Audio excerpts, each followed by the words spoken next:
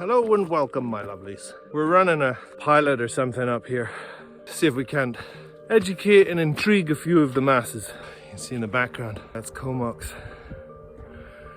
And then we gotta go all the way up, if we can.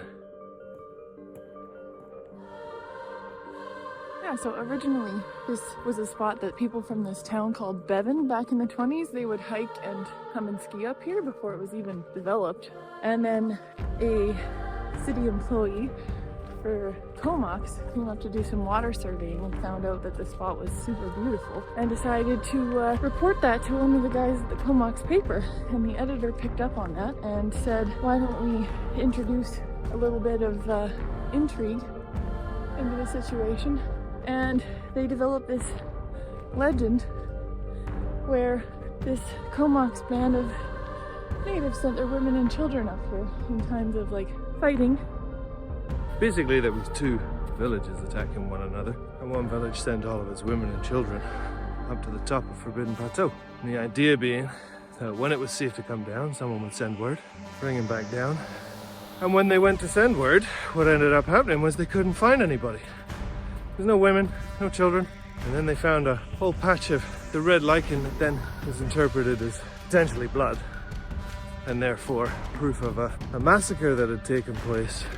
When we talk about the lichen on the plants, what happened was it's like a red bush with berries, and as the berries fall, they get trampled, and then they get covered in the natural order of things with the rain and whatnot. And then because we have streams down here that run down towards the ocean, it then looked like a trickle of blood, which is how we ended up assuming that there was some truth to the legend. That's when they started to think that there were evil spirits here. When in reality that was of course not the case.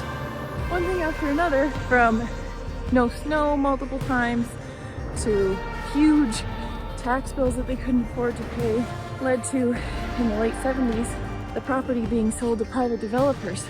Then in 1989, which was supposed to be their biggest season, they had about 100,000 people come to the resort, but by that time they were in such financial hardship that they still couldn't afford to make ends meet. And the following season in 1990, they were so in debt with yet another season of absolutely no snow, they were forced to shut down. So the property sold. Tragedy after tragedy after tragedy. And whether or not the native tale is true or not is up for debate, which is what Kate was talking about earlier, when it was a guy with a business opportunity wanting to create some hysteria or drum up some interest and therefore bring more people to Forbidden Plateau, the cursed plateau in Courtney, Comox, Campbell Rivers Triangle. It's whatever you want to believe.